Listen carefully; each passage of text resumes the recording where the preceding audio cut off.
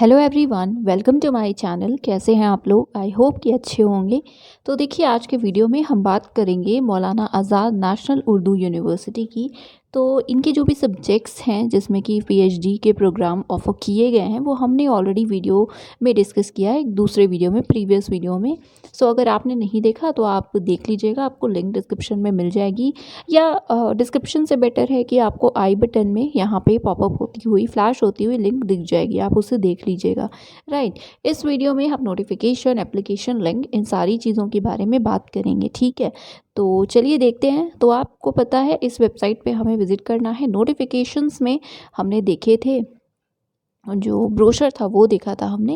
And यहाँ scroll करेंगे तो यहाँ पे देखिए 9 जून का जो नोटिफिकेशन हमने देखा था, सिर्फ नोटिफिकेशन पहले था। अभी देखिए यहाँ पे प्रोस्पेक्टस अवेलेबल हो चुका है, तो आप भी देख सकते हैं। ठीक है, हम इसी प्रोस्पेक्टस को देखेंगे।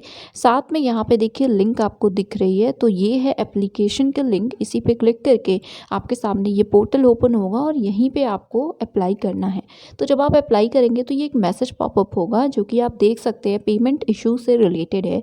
तो एक दो दिन रुक कर अगर आप पेमेंट करें या अप्लाई करें तो इट वुड बी बेटर। और उससे बेटर क्या है, ये है कि पेमेंट या पूरा फॉर्म ही आप इनमें से किसी ब्राउज़र को यूज़ करके फिल कीजिएगा। ठीक है, तो देख लीजिएगा वर्जन वगैरह। और अगर इन पे आप बेसिकली पेमेंट वगैरह करेंगे इस ब्राउज़र के थ्रू तो स्मूथली वर्क करेगा, ऐसा यहाँ लिखा हुआ है। आपको इश्यूज़ नहीं फेस करने पड़ेंगे। उसके बाद ये देखिए, यहाँ से आपको रजिस्ट्रेशन करना है, और आप जो ई प्रोस्पेक्टस है वो यहाँ से भी आप डाउनलोड कर सकते हैं। किसी भी तरह की क्वेरी के लिए या सपोर्ट कर चाहिए अगर आपको, तो आप इन्हें मेल कर सकते हैं। फ़ोन नंबर दिया हुआ है, extension is 1801, and then help desk के भी नंबर्स अवेलेबल हैं। ठीक है, तो ये सारे नंबर आई विल ट्राई कि डिस्क्रिप्शन में आपको मिल जाएँ, तो आप देख लीजिएगा। एंड लास्ट वीडियो में भी वैसे हमने नंबर्स को देखा था जो भी गिवन थे। तो चलिए अब इन्फॉर्मेशन ब्रोशर ओपन करते हैं और एलिजिबिलिटी क्राइटेरिया को देखते हैं। तो यस, ये है इनका ई प्रोस्पेक्टस, और अगर आप इसको देखेंगे ओवरऑल 108 पेजेस का है। ठीक है, तो उससे पहले एक चीज़ जो कि यहाँ इनिशियली लिखी हुई है, इनके मीडियम ऑफ इंस्ट्रक्शन से रिलेटेड, तो इसमें ये लिखा हुआ है that question papers for all the examinations shall be set and answered in Urdu language. तो लैंग्वेज के जो पेपर्स है, जैसे इंग्लिश है एक्सेट्रा, तो इन लैंग्वेजेस के अलावा बाकी सारे पेपर्स जो होंगे वो उर्दू में होंगे, ऐसा यहाँ पे लिखा हुआ है। ठीक है, तो आई सजेस्ट कि अप्लाई करने से पहले प्लीज़ आप एक बार देख लीजिएगा, आई मीन क्वेरी कर लीजिएगा, पूछ लीजिएगा। और अगर ऐसा है तो अगर आपको उर्दू नहीं आती तो आप अप्लाई मत कीजिएगा, बट देख लीजिएगा, आप एक बार कंफर्म ज़रूर कर लीजिएगा। ठीक है, क्योंकि इनिशियली ही ये लिखा हुआ है, तो आई थिंक कि ऐसा हो भी सकता है, but I am not sure about PhD का क्वेश्चन पेपर। तो आप इसको देख लीजिएगा। और ये ओवरऑल 108 पेजेस की है, तो हम जो भी इंपॉर्टेंट चीज़ें हैं उसी को डिस्कस करेंगे। सबसे पहले इंपॉर्टेंट डेट्स। सो आपको डेट्स तो पता ही हैं, स्टार्ट हुआ है 10 जून से, या नोटिफिकेशन आया है, और जो लास्ट डेट है वो है 12 जुलाई। तो 12 जुलाई लास्ट डेट है ET based, that is entrance test based programme की, पीएचडी की। ठीक है, उसके बाद यहाँ बाकी प्रोग्राम्स के लिए लिखा है, हमने पीएचडी देख लिया। एंड देन मेरिट बेस्ड जो भी प्रोग्राम्स होंगे उनकी डेट्स अलग हैं, तो आपका जो भी प्रोग्राम है आप उसके अकॉर्डिंग देखिएगा। वैसे आई एम होपफुल कि पीएचडी ही होगा। तो लास्ट डेट है 12 जुलाई 2021। देन यहाँ फ़ी दी हुई है, एप्लीकेशन फ़ी। सो यहाँ जनरल कैटेगरी के हैं अगर आप, तो 550 है एंट्रेंस टेस्ट बेस्ड। तो पीएचडी ईटी बेस्ड है तो हम इसी की बात करेंगे। सो 550 है for general category, and SC ST PWD OBC NCL and women candidates के लिए है ₹350, एंड फॉरेन स्टूडेंट्स के लिए इट इज़ 2500।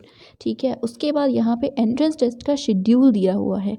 तो पीएचडी में आप देख सकते हैं कि ये जो सब्जेक्ट्स हैं या डिपार्टमेंट्स हैं, जैसे उर्दू, इंग्लिश, हिंदी, पर्शियन, पबाड, मास कॉम एंड जर्नलिज्म, तो इनके जो एंट्रेंस टेस्ट है वो होंगे 29 जुलाई को।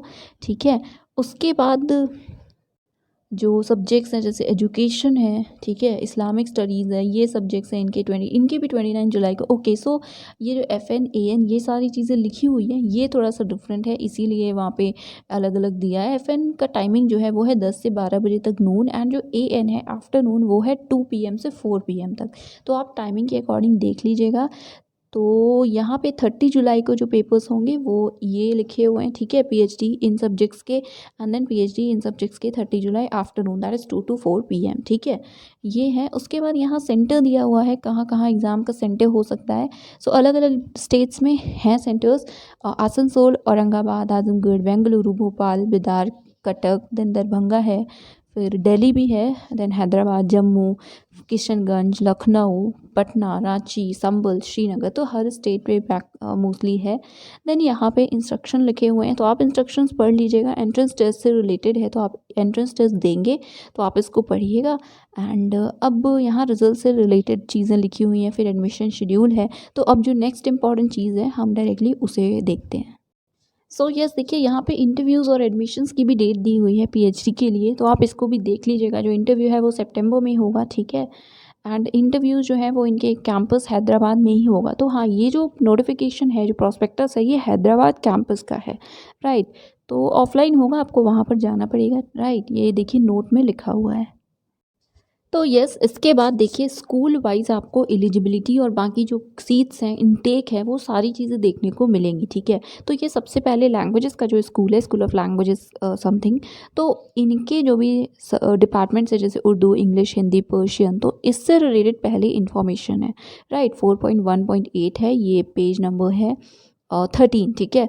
तो इसमें देखिए आप उर्दू के जो भी कैंडिडेट्स होंगे उन्हें प्रेफरेंस येस मिलेगी, और इनटेक में देखिए यहाँ पे अलग अलग कैंपस को भी इसी में लिखा हुआ है, ठीक है, कहाँ पे कितनी सीट्स है। तो पीएचडी उर्दू के लिए हैदराबाद में 8 है और 1 है बडगांव में, और उसके बाद देखिए इंग्लिश के लिए 7 हैदराबाद, 1 लखनऊ एंड 1 बडगांव। उसके बाद हिंदी के लिए 1 हैदराबाद में है, पर्शियन की 2 है हैदराबाद में। उसके बाद ये है आपकी क्वालिफिकेशंस।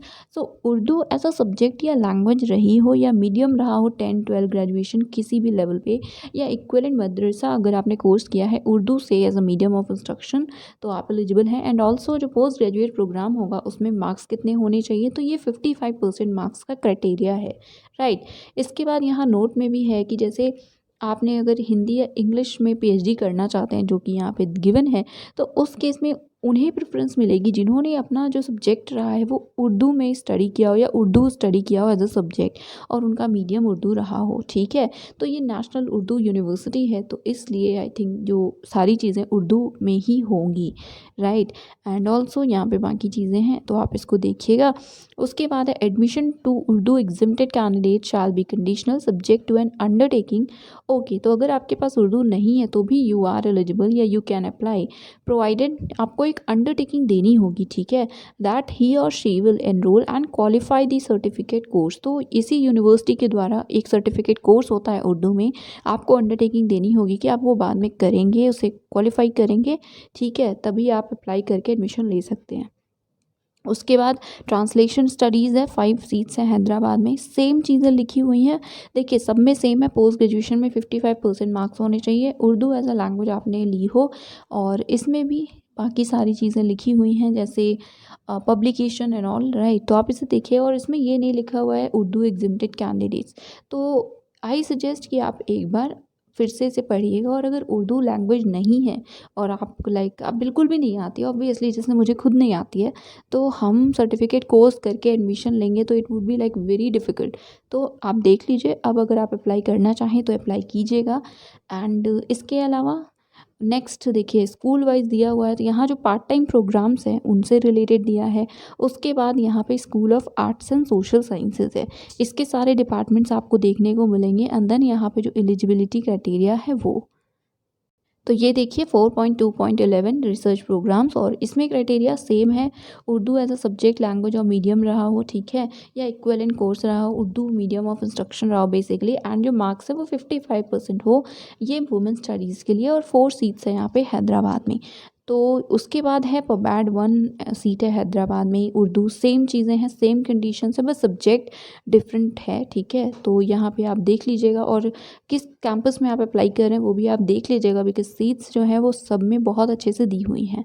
तो यस, ये थी कुछ इन्फॉर्मेशंस। अब हम देखते हैं जो भी नेक्स्ट इन्फॉर्मेशन होगी। एलिजिबिलिटी प्लीज़ आप देख लीजिएगा, क्योंकि ऐसे स्कूल बाय स्कूल ही दी हुई है, राइट।